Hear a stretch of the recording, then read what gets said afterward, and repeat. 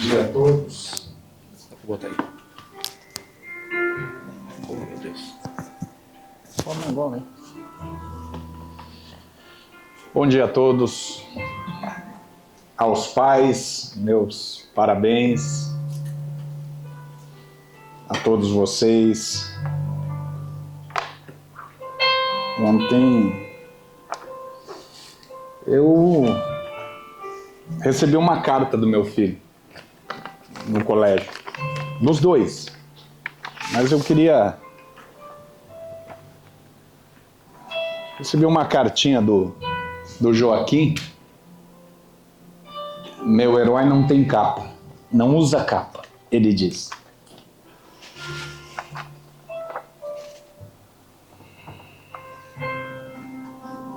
E tem uma parte aqui, entre tantas coisas que ele fala, ele diz assim: pai, você se cuida muito para viver mais e aproveitar a sua família e filhos. Isso mexeu muito comigo. Aliás, eu tive o Joaquim com um pouco mais de idade, quando eu já tinha 40 anos. Dia 12 agora, eu e o Paulo. Fazemos, Paulo? 52, é isso? Oi! Mas nós fazemos aniversário juntos. No mesmo dia 12 de agosto. Mas quando eu fiz 40 anos, o Joaquim nasceu e eu fiz uma reflexão, falei: Senhor, me dê saúde. Eu nunca tinha parado para pensar isso. Eu tive meu filho já com uma idade mais velho e a obrigação que eu tenho de fazer isso que ele me lembrou aqui. De realmente cuidar mais de mim para estar mais tempo com ele. Interessante que, para entendermos a essência da Bíblia, a palavra, ela vai misturar três coisas: amor, morte e vida. Entender a essência de Deus, do que nós falamos aqui, realmente é muito importante. E essa fala dele fez eu refletir sobre isso, sobre eu querer viver mais. Mas há uma forma de viver mais que não é feita no plano físico. Ela começa no mundo sobrenatural e do mundo sobrenatural ele vem para o plano físico. Aí passamos a viver mais. Ontem ainda eu estava falando com o Cristiano, e ontem de noite ele falou, estava refletindo sobre isso. Quão grande foi o amor de Deus pela humanidade. Que ele dá o seu próprio filho por amor a todos. Que amor é esse de Deus? E ele ficou refletindo sobre isso. Sobre como Deus sacrificou seu próprio filho por amor aos demais filhos. Filhos que talvez nem o conheçam. Nem lembrem quem ele é. Alguns nem querem conhecê-lo. Aí eu lembrei da palavra de Efésios 5, 25. Onde lá Paulo diz assim... Deixa eu só ajeitar isso aqui que eu acho que eu... Vou deixar na mesa também. Ah, é? Vou deixar aqui, melhor. Ele diz assim: vós maridos, amai a vossa mulher, como também Cristo amou a igreja e a si mesmo se entregou por ela, para a santificar, purificando-a com a lavagem da água pela palavra, para apresentar a si mesmo igreja gloriosa, sem mácula, nem ruga, nem coisa semelhante, mas santa e irrepreensível. Assim devem os maridos amar a sua própria mulher como seu próprio corpo. Quem ama a sua mulher ama a si mesmo. Evidente que esse texto ele está, Paulo, falando sobre família. E ele vai falar do amor pelos filhos, ele vai falar do amor dos filhos para com os pais, das mulheres para com os maridos. Mas eu queria, interessante, que quando Paulo ele chama atenção nessa parte, Quando ele fala do amor, ele coloca o amor ao lado da morte. Ele diz, ama. Onde você entende marido, vamos entender assim, pai, ama. Mas interessante que ele convida todo pai ao mesmo tempo a olhar para Cristo. A amar a sua família. A morrer por ela. Mas a olhar para Cristo. O pastor Douglas estava orando aqui e ele fez um comentário sobre o que ele gostaria que a filha dele visse nele. E o interessante é que vocês vão ver que a relação nossa com nossos filhos, principalmente nós pais, e isso se aplica às mães, evidentemente, passa por isso. Mas há uma carga ainda mais pesada sobre o pai, porque ele diz, pela tua mulher também dá a vida por ela. Como Cristo fez isso pela igreja. Aí nós perguntamos, quando nossos filhos nascem, a gente sabe que os olhos dele, a visão ainda não está clara. O que eles veem são reflexos de luzes, são vultos, mas vai passando um mês, 2 meses, 3 meses, quando chega lá no 6º mês, aquele vulto começa a criar forma, e aquele vulto é você. Antes dele entender Deus, ele vai entender quem é você. E o que é que você tem sido para teu filho? Ele não vai enxergar Deus senão por meio do teu filtro. Você é o primeiro filtro. Você é a primeira testemunha de Deus na vida do teu filho.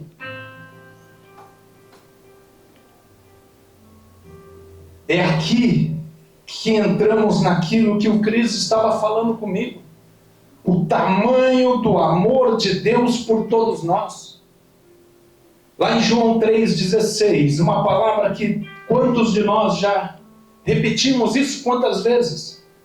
Que diz, porque Deus amou o mundo de tal maneira que deu o seu Filho unigênito, para que todo aquele que nele crê não pereça. Mas olha o que ele vai falar, tenha a vida eterna. Porque Deus amou o seu Filho, enviou o seu Filho ao mundo não para que condenasse o mundo, mas para que o mundo fosse salvo por ele. Quem crê nele não é condenado, mas quem não crê já está condenado, porque porquanto não crê no nome do unigênito Filho de Deus. Deus amou o mundo de tal maneira que deu o seu Filho unigênito para todo aquele que nele crê não pereça, mas tenha a vida eterna. Veja que novamente Deus coloca o amor ao lado da morte. Mas por que Deus faz isso? Por que Deus fala de amor de um lado e morte do outro? Sendo que esse convite, na verdade, o contexto dele é um convite para a vida. Deus faz um convite a todos nós a uma vida, mas ela passa por o amor e o amor passa pela morte. Só que esse texto não está falando de qualquer morte. E ele também não está falando de qualquer vida. Vou ler de novo. Deus amou o mundo de tal maneira que deu o seu Filho unigênito para que todo aquele que nele crê não pereça, mas tenha a vida eterna. A morte que ele está se referindo aqui, onde ele se refere à morte de Cristo na cruz, ela não é uma morte qualquer. Ela é uma morte de alguém que se entregou voluntariamente a ela. Essa vida dele não foi tirada por outra pessoa. Não foi tirada à força, mas foi entregue a ele. Cristo entrega a sua própria vida. E a vida que ele retrata aqui também não é essa vida limitada que temos, mas é a vida eterna. Para você entender a dimensão disso, olha o que está em João 10, 17.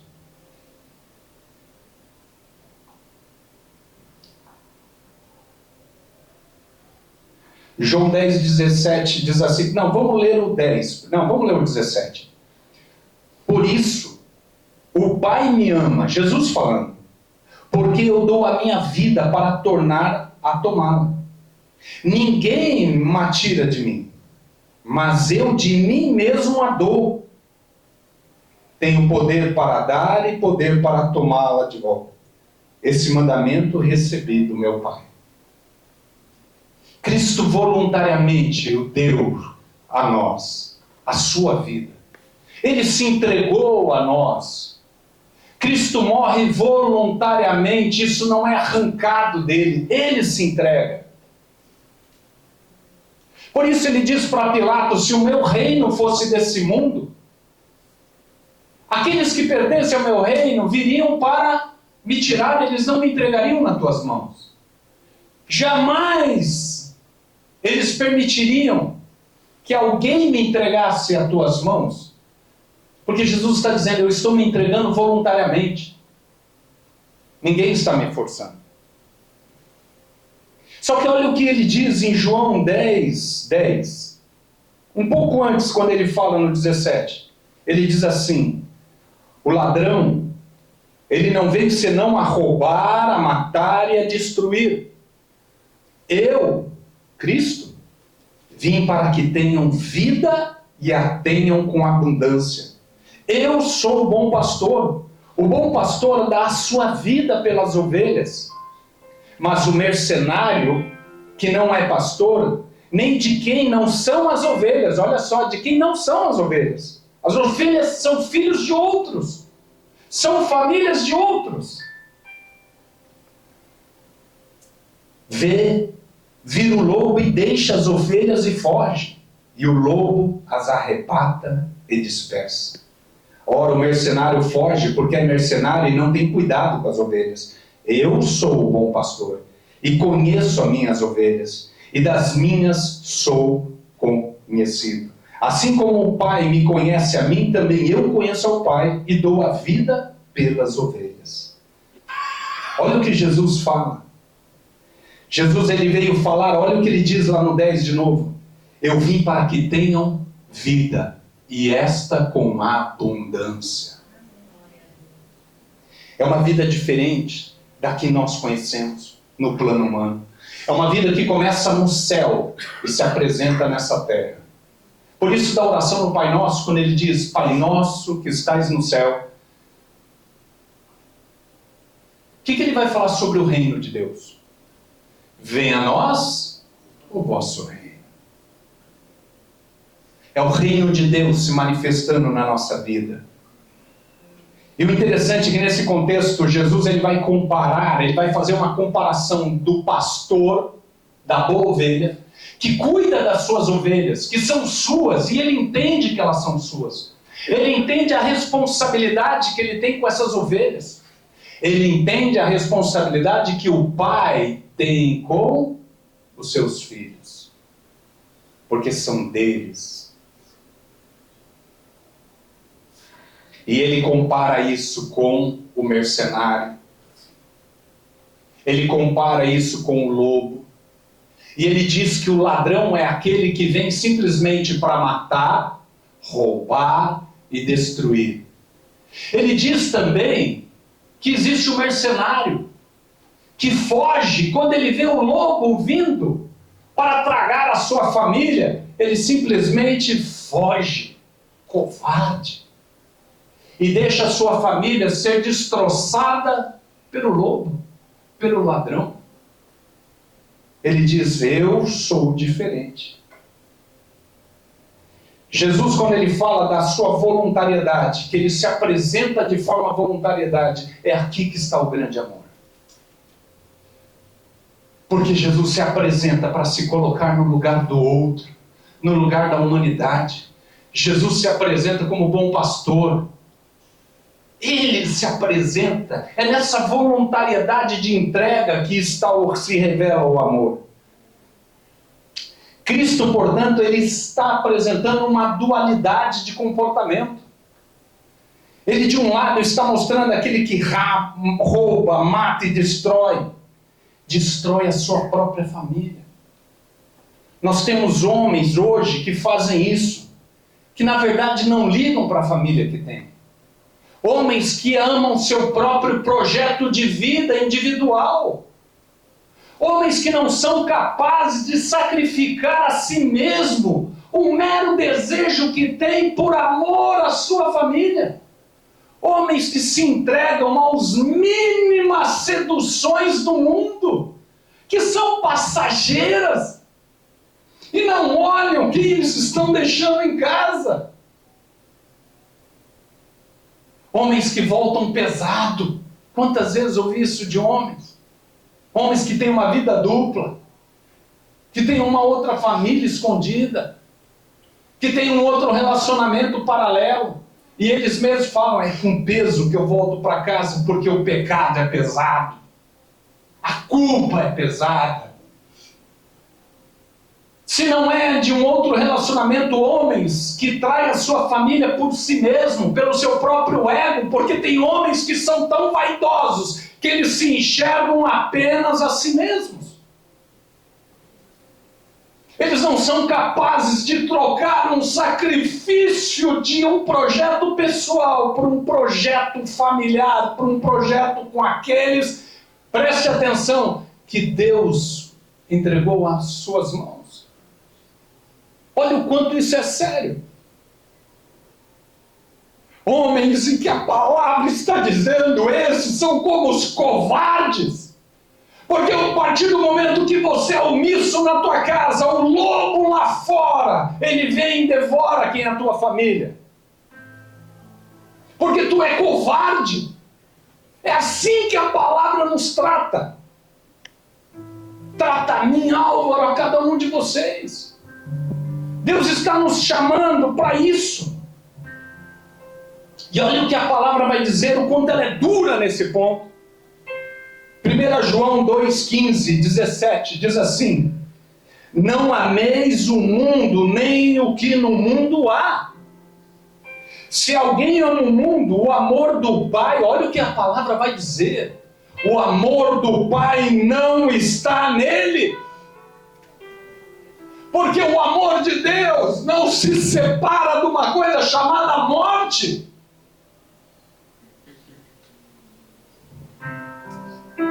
A linguagem de Deus é diferente da linguagem do homem. É por isso que a palavra diz que as coisas do homem são loucuras para Deus e as coisas de Deus são loucuras para o homem. Mas o que o homem pensa também é loucura para Deus. Imagine Deus lá da sua glória. Entrega uma semente que sai de dentro de você, homem. Se une com uma semente da mulher e cria vida. Deus entrega essa vida às tuas mãos. E Deus lá de cima, na sua glória, está esperando o quê? O mínimo que você age. Colocando essa semente em primeiro lugar. São aqueles que o Senhor te entregou.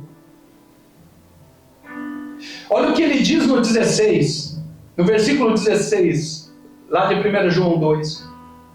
Porque tudo o que há no mundo, a concupiscência da carne, a concupiscência dos olhos, a soberba da vida, tudo o que há no mundo é o desejo da nossa carne, que se manifesta, que te vende isso.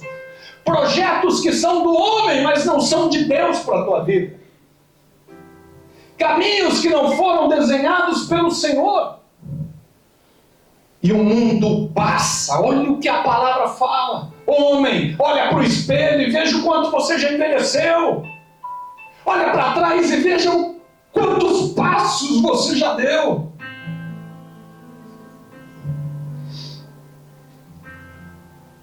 O mundo passa, meu irmão. Meu pai, o mundo passa. O teu tempo vai passar. O meu filho lembrou isso a mim.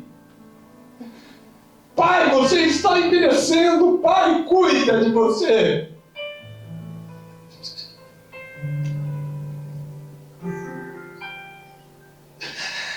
aquele que faz a vontade de Deus permanece para sempre. É aquele que edifica a sua casa sobre a rocha. É o profeta de Deus na sua casa. É aquele que morre primeiro. Há homens que só olham para o seu prazer, para a sua concupiscência, para os seus projetos. Eles decidiram viver quando não entenderam que antes de viver se deve morrer. Mas há aqueles que compreendem o chamado, aqueles que compreendem a voz do pastor. O pastor que lá em João 6,37 diz assim: tudo que o Pai me dá virá a mim, e o que vem a mim de maneira nenhuma o lançarei fora. Porque eu desci do céu não para fazer a minha vontade, mas fazer a vontade daquele que me enviou.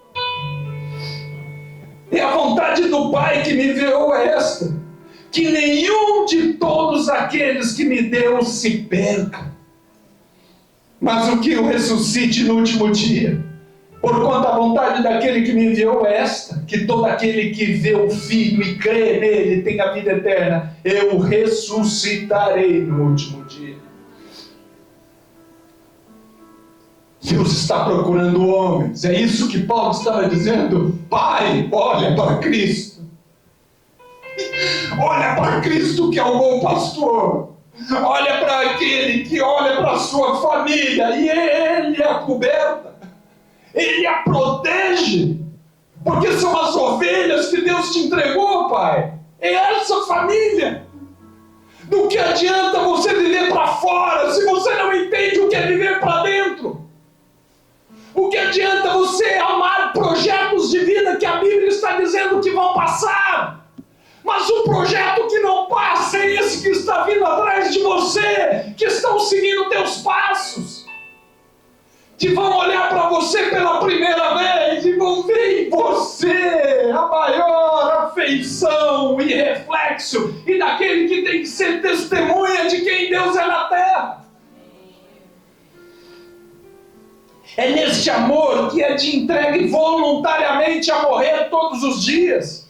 É um amor de substituição pelo outro. É neste amor que Deus se revela a você.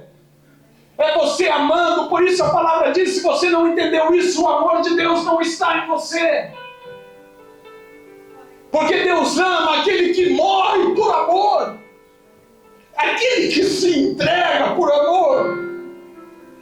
É assim que nós nos tornamos a imagem de Cristo. É perdendo que ganhamos. É por isso que está em Mateus 10, 38 e 39. E quem não toma a sua cruz e não a segue após mim, não é digno de mim. Quem achar a sua vida, perdê-la-á, e quem a perde a sua vida por amor a mim, a achará.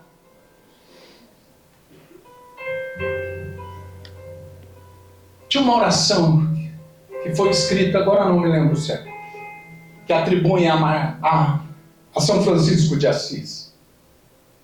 Quando já ouviram essa música, ele termina no final: porque é morrendo que se vive a vida eterna.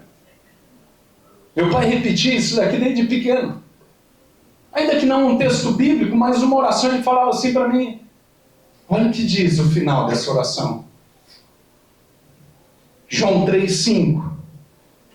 Ele diz, Jesus respondeu: na verdade te digo que aquele que não nascer da água e do Espírito não pode entrar no reino de Deus. Esse é o grande amor com o qual Deus marcou a humanidade. Eu não quero ir muito além, eu quero encerrar praticamente falando sobre isso. Lá em Lucas 24, 44, Jesus, quando ele vai se apresentar já ressurreto, já tinha morrido, já tinha ressuscitado, apareceu ainda nessa terra aos discípulos. Lá no 44 ele diz assim: disse-lhes, são estas as palavras que vos disse, estando ainda convosco. Quando antes dele morrer, convinha que se cumprisse tudo o que de mim estava escrito na lei de Moisés, nos profetas e nos salmos. Olha o que ele vai dizer. Então abriu-lhes o entendimento para entender as Escrituras. E disse-lhes, assim está escrito e assim convinha que o Cristo padecesse e olha o que ele vai falar, ao terceiro dia ressuscitasse dos mortos. E em seu nome pregasse o arrependimento e a remissão. Por isso ele é o exemplo que Paulo fala. Porque ele é o exemplo que nos chama o tempo todo a morrer na cruz com ele. É o exemplo de pedirmos perdão e perdoarmos. É o exemplo de pedirmos a remissão de nossos pecados e nos convertermos para uma nova vida. Deus não te chama para uma religião, Ele te chama para uma vida nova. Mas olha o que ele vai dizer. Em seu nome se pregasse o arrependimento e a remissão dos pecados em todas as nações, começando por Jerusalém. Jerusalém foi o início.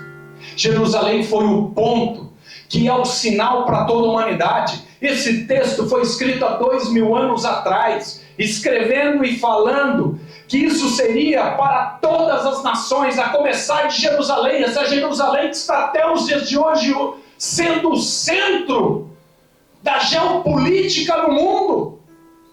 Ainda é o grande sinal para Deus na terra, e foi lá que houve o sacrifício do menino que nasce numa manjedoura e dá vida para uma humanidade.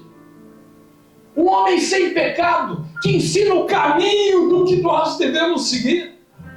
E ele termina começando em Jerusalém para todas as nações. E quando fala em todas as nações, nós lembramos de uma bênção dada a Abraão.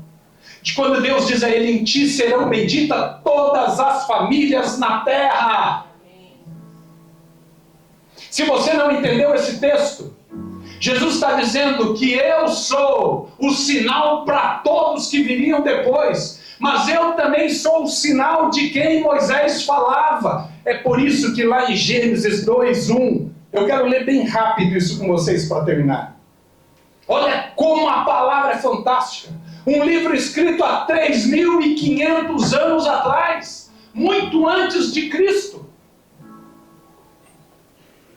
Mas falando de um tempo muito antes também de Moisés. O mesmo homem que vai escrever a lei mosaica, que vai falar do sacrifício que representava a morte futura de Cristo. Ele mesmo conta essa história, onde ele diz, e aconteceu depois dessas coisas, lá em Gênesis 22:1, que tentou Deus Abraão e disse-lhe, Abraão, e ele disse, eis-me aqui. Isso está em Gênesis 22, gente. Toma agora o teu filho, olha o que ele vai falar, o teu único filho, Isaque, olha o que ele fala, a quem amas. É a primeira vez que você vê na Bíblia Deus falando de amor, e Deus fala de amor e ainda coloca a morte do lado, porque ele vai dizer, e vai-te à terra de Moriá, e oferece-o ali em holocausto sobre uma das montanhas que eu lhe direi. Opa! Se você não entendeu, já vou te encurtar essa história. Deus nunca quis o sacrifício de Isaque. O que Deus estava fazendo naquele momento era colocando Abraão no lugar do próprio Deus, para que ele entendesse a dimensão do que Deus faria. Abraão, toma teu filho, teu único filho, aquele que ama. Você vai sacrificar. Algo que o homem jamais poderia fazer, e Deus não permite que isso aconteça com Abraão. Deus está dando o sinal que viria na eternidade, que é Cristo, seu único filho, o filho amado, e que mesmo assim Deus entrega pela humanidade. Esse é o amor. E ali ele vai explicar porque no meio dessas montanhas que Deus vai se revelar. E é exatamente nesse Monte Moriá, onde Jesus também vai ser sacrificado. É nesse Monte Moriá que o Templo de Salomão vai ser construído. É nas montanhas da região de Moriá que Jesus vai ser morto. Jesus está anunciando o local. Ele está anunciando o Cordeiro. Tanto é que no 4 ele diz assim: ao terceiro dia levantou Abraão seus olhos e viu o lugar de longe. No 3 diz: e fendeu a lenha. Deus está mostrando o local. Deus está mostrando o sacrifício. Deus não está mostrando o madeiro. Ele está mostrando o Cordeiro, que não viria de homens, mas viria do próprio Deus. Deus está revelando a fé. Quando Abraão diz: Deus proverá para si o cordeiro para o holocausto, meu filho. Quando o filho pergunta a ele: pai, mas cadê o cordeiro? Deus, portanto, aqui, ele revelou lá atrás o local, os 3 dias, revelou o madeiro, revelou o cordeiro, revelou o tamanho do amor de Deus e o amor do sacrifício. Por isso que lá em Gênesis 22:13, Deus vai falar: então levantou Abraão seus olhos e olhou, e eis um cordeiro atrás dele, travado pelas suas pontas no mato. E foi Abraão e tomou o cordeiro e ofereceu o holocausto em lugar do seu filho. Cristo morreu para nos dar uma vida que nos foi perdida, rompida, para que fôssemos ligados ao Pai. Por isso devemos morrer em nossa casa por amor aos nossos filhos. Matar quem somos por amor a eles. Isso é ser como Cristo. É esse Moisés que vai receber a ordem da lei da expiação do pecado. Portanto, por isso que Jesus diz, desde lá de trás, tudo apontava para ele. É por isso que João Batista, quando vê lá em João 29, e seguinte, João Batista, quando veio batizar Jesus, Jesus vem no meio do povo. E a palavra diz que ele vira e diz: eis aí o Cordeiro de Deus que tira o pecado do mundo. A palavra que Deus anunciou a Moisés, anunciou a Abraão, e Moisés escreve, testemunha sobre ela. Se Moisés foi testemunha no passado, você é testemunha dessa palavra hoje. É você. É assim que nós conhecemos esse amor de renovação da nossa mente, entendendo o que aconteceu. É aqui que nós morremos para nascermos um novo homem para a nossa família. Portanto, antes, mais importante do que eu me preocupar com a minha vida, e eu tenho que fazer como meu filho me pediu, eu tenho que também morrer para ele conhecer um novo homem.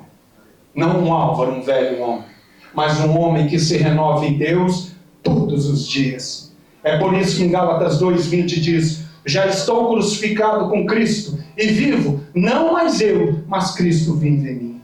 E a vida que agora vivo na carne, vivo-a na fé do Filho de Deus, o qual me amou e se entregou por si mesmo, por mim. E é por isso que o Paulo leu aqui Lucas 15:20. Esse é o tamanho do Deus que Jesus compara a tua vida com a vida de um filho pródigo, que pega as coisas e vai embora, mas vai enfrentar o lobo lá fora, vai enfrentar o ladrão que está lá fora, que veio para matar, roubar e destruir. O caminho que você às vezes está seguindo pode ser o caminho, se não é o caminho do Senhor, é um caminho onde há um lobo, há um mercenário, e ele vai te roubar, e ele ainda vai destruir a tua família, porque isso não são palavras minhas, é do Senhor. Agora, aquele que morre por amor, aquele que se entrega voluntariamente todos os dias por amor, é aquele que não passa, é aquele que será eterno. A sua posteridade será eterna. Amém? Vamos receber nossas crianças, fruto